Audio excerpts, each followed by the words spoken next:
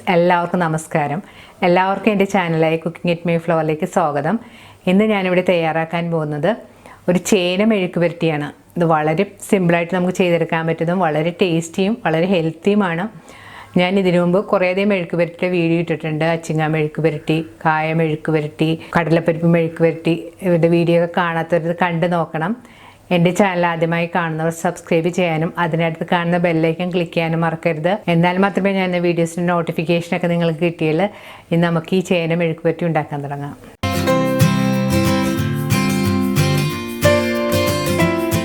മെഴുക്ക് പുരട്ടി ഉണ്ടാക്കാനുള്ള ചേന തൊലിയെല്ലാം കളഞ്ഞതിന് ശേഷം ഞാൻ ഇതുപോലെ നീളമുള്ള കഷ്ണങ്ങളായിട്ടാണ് മുറിച്ച് വെച്ചിരിക്കുന്നത്. ആദ്യം നമുക്ക് ഈ ചേന ഒന്ന് വേവിച്ചെടുക്കണം. ഞാനിവിടെ ചേന വേവിക്കുന്നത് പ്രഷർ കുക്കറിലാണ്. ചേന പ്രഷർ കുക്കറിൽ വേവിക്കുമ്പോൾ ശ്രദ്ധിക്കേണ്ടത്, ചേന കൂടുതൽ വെന്തുടഞ്ഞു പോകരുത്. കൂടുതൽ വെന്ത് പോയിട്ടുണ്ടെങ്കിൽ മെഴുക്ക് പുരട്ടി അത്ര ടേസ്റ്റ് കാണില്ല. നിങ്ങൾക്ക് വേണമെങ്കിൽ ചേന പാനിൽ വേണമെങ്കിലും വെച്ച് വേവിക്കാം. ചില ചേന വേഗം കുറച്ച് സമയമെടുക്കും. അങ്ങനെയുള്ള ചേന നമ്മൾ കുക്കറിൽ തന്നെ വേവിക്കുന്നതാണ് നല്ലത്. ഇനി നമുക്ക് ഈ അരിഞ്ഞു വെച്ചിരിക്കുന്ന ചേന ഒരു ചെറിയ പ്രഷർ കുക്കറിലേക്ക് ഇട്ട് കൊടുക്കാം. ഇതിലേക്ക് 1/2 കപ്പ് വെള്ളവും 1/4 ടീസ്പൂൺ മഞ്ഞൾപ്പൊടിയും ആവശ്യത്തിന് ഉപ്പുപൊടിയും കൂടി ചേർത്ത് കൊടുക്കണം. ഉപ്പുപൊടിയും കൂടി ചേർത്തതിന് ശേഷം ഒരു സ്പൂൺ കൊണ്ട് നന്നായിട്ട് മിക്സ് ചെയ്ത് യോജിപ്പിക്കാം. ഇനി കുക്കർ സ്റ്റൗവിൽ വെച്ച് ചേന ഒന്ന് കുക്ക് ചെയ്യാൻ തുടങ്ങാം. ഇപ്പോൾ കുക്കർ സ്റ്റൗവിൽ വെച്ച് ഒരു വിസിൽ വന്നു കഴിഞ്ഞിട്ടുണ്ട്. ഇനി അടുത്ത വിസിൽ വരാറാകുമ്പോഴത്തേക്കും സ്റ്റൗ ഓഫ് ചെയ്തിടാം. എൻ്റെ കുക്കറിൻ്റെ പാകം ഇതാണ്. നിങ്ങളുടെ കുക്കറിൻ്റെ പാകം നോക്കി നിങ്ങൾ ചേന വേവിക്കുക. ചേന കൂടുതൽ വെന്തു പോകാതിരിക്കാൻ പ്രത്യേകം ശ്രദ്ധിക്കണം. ഇനി കറിക്ക് ആവശ്യമുള്ള മറ്റുള്ള ഇൻഗ്രീഡിയൻസ് എന്തൊക്കെയാണെന്ന് നോക്കാം. ചെറിയ ഉള്ളി നീളത്തിലരിഞ്ഞത്, കറിവേപ്പില, ഉണക്കമുളക്, വെളുത്തുള്ളി, കാശ്മീരി ചില്ലിപ്പൊടി, വലിയ ജീരകപ്പൊടി, ഉണക്കമുളക് ചതച്ചത്. ഇപ്പോൾ കുക്കറിൻ്റെ സ്റ്റീം എല്ലാം പോയിട്ടുണ്ട്. ഇനി നമുക്ക് തുറന്ന് നോക്കാം. ഒരു കഷ്ണം ചേന എടുത്ത് നമുക്ക് പാകമായിട്ടുണ്ടോ എന്ന് നോക്കാം. ഇപ്പോൾ ചേന പാകമായി വന്നിട്ടുണ്ട്. കുക്കർ തുറന്നു കഴിയുമ്പോഴത്തേക്കും ചേന വെന്തിട്ടില്ലെങ്കിൽ കുറച്ച് സമയം കൂടി നമുക്ക് കുക്കർ തുറന്ന് വെച്ച് ചേന വേവിച്ചെടുത്താലും മതി. ഇനി മെഴുക്ക് പുരട്ടി ഉണ്ടാക്കാനായിട്ട് നമുക്കൊരു പാൻ ചൂടാക്കാം.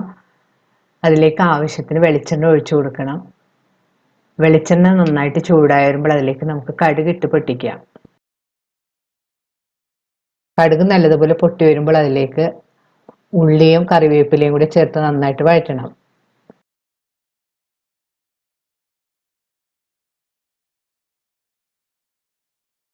ഉള്ളി ചെറുതായി ഒന്ന് കളർ മാറി തുടങ്ങുമ്പോൾ അതിലേക്ക് നമുക്ക് അരിഞ്ഞു വെച്ചിരിക്കുന്ന വെളുത്തുള്ളിയും ഉണക്കമുളകും കൂടി ചേർത്ത് വീണ്ടും നന്നായിട്ട് വഴറ്റണം.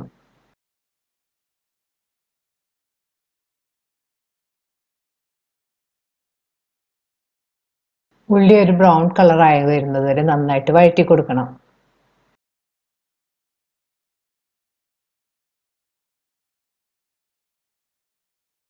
ഇപ്പോൾ ഉള്ളി ഒരു ബ്രൗൺ കളറായി വന്നിട്ടുണ്ട്. ഇതിലേക്ക് നമുക്ക് മുളക് പൊടിയും മുളക് ചതച്ചതും ജീരകപ്പൊടിയും കൂടി ചേർത്ത് നന്നായിട്ട് വഴറ്റി കൊടുക്കാം.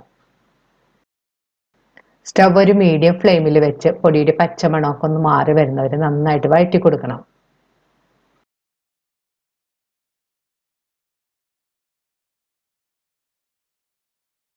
ഇപ്പോൾ പൊടിയുടെ പച്ചമണമൊക്കെ മാറി വന്നിട്ടുണ്ട്. ഇതിലേക്ക് നമുക്ക് വേവിച്ച് വെച്ചിരിക്കുന്ന ചേനയും കൂടി ചേർത്ത് കൊടുക്കാം. ചേന ചേർത്ത് കഴിഞ്ഞ് സ്പൂൺ കൊണ്ട് നന്നായിട്ട് മിക്സ് ചെയ്ത് യോജിപ്പിക്കണം. ആ മസാലയൊക്കെ ചേനയിൽ പിടിക്കുന്നവരെ നന്നായിട്ട് വഴറ്റി കൊടുക്കണം.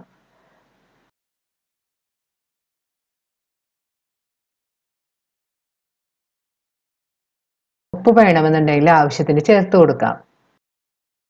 ഇനി ഇതിലേക്ക് 1 ടീസ്പൂൺ വെളിച്ചെണ്ണയും കൂടി ഒഴിച്ച് നന്നായിട്ട് മിക്സ് ചെയ്തതിന് ശേഷം ഒന്ന് നന്നായിട്ട് ചേന മൊരിച്ചെടുക്കണം.